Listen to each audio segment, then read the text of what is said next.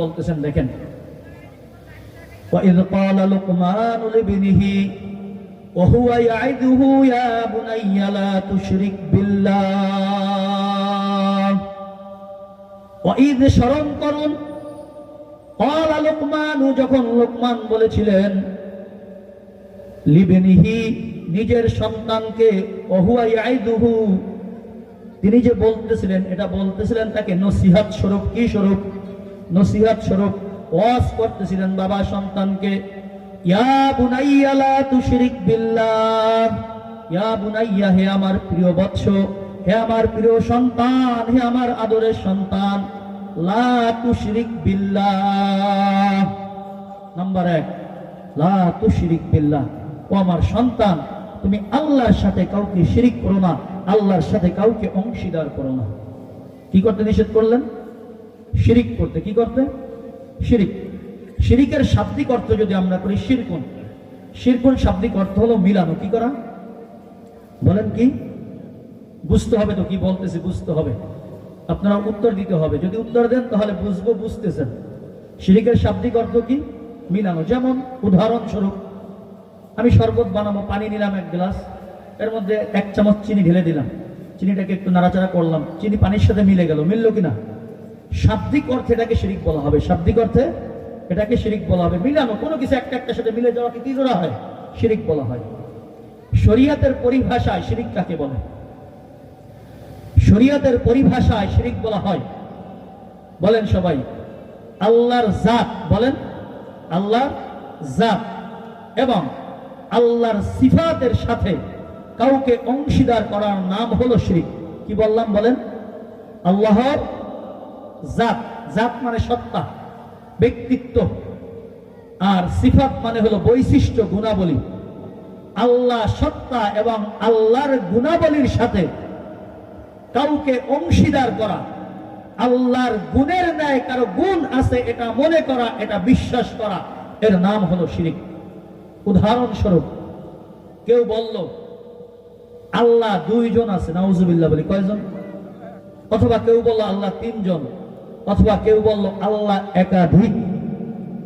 এটা আল্লাহর সত্তা, আল্লাহর জাতের সাথে শিরিক করা হলো। কি করা হলো?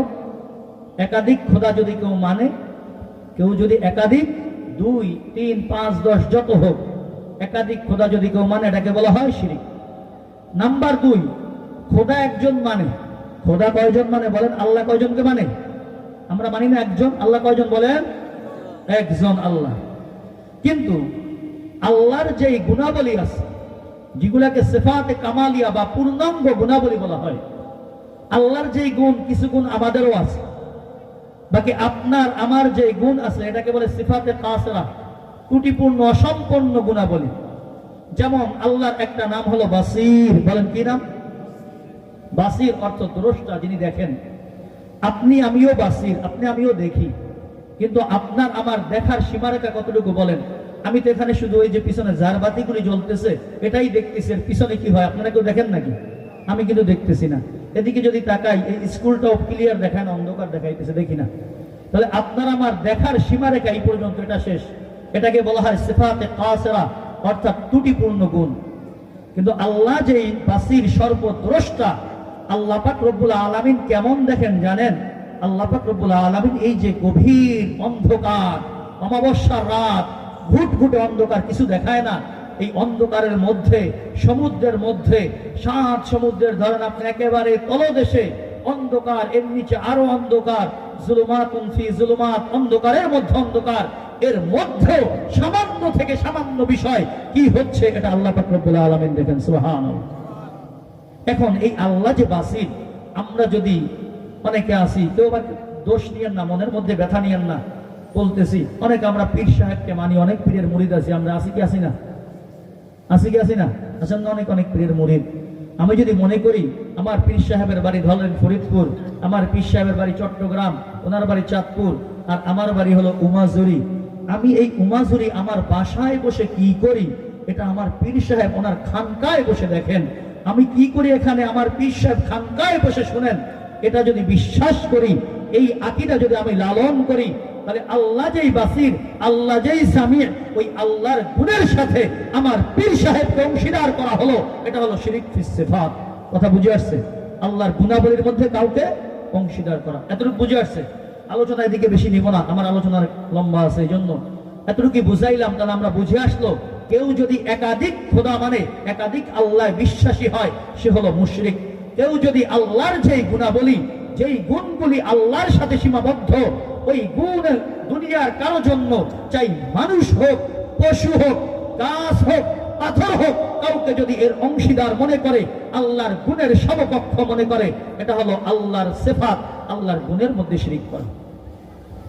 তাহলে লোকমান কি করলেন? তার সন্তানকে উপদেশ দিতেছেন। এটা কিসের সাথে সম্পর্ক? অন্তরের সাথে সম্পর্ক, যেটাকে আমরা বলি ইলমে আকায়েদ, আকীদার সাথে সম্পর্ক, বিশ্বাসের সাথে সম্পর্ক, ঈমানের সাথে সম্পর্ক। তা লোকমান হাকিম সন্তানকে শিরিক করতে নিষেধ করে 1 নম্বর সন্তানের আকীদা, বিশ্বাস ঠিক করতেছেন, সন্তানকে ঈমানের শিক্ষা দিতেছেন যে হে ইয়া বুনাইয়া লা তুশরিক বিল্লাহ, ও আমার সন্তান, তুমি আমার আদরের সন্তান, প্রিয় সন্তান, লা তুশরিক বিল্লাহ, আল্লাহর সাথে কাউকে শরীক করো না। এখন সন্তান যদি ছোট হয়ে থাকে, স্বাভাবিক, আপনি আমি যদি কাউকে কিছু নিষেধ করি, সন্তানকে নিষেধ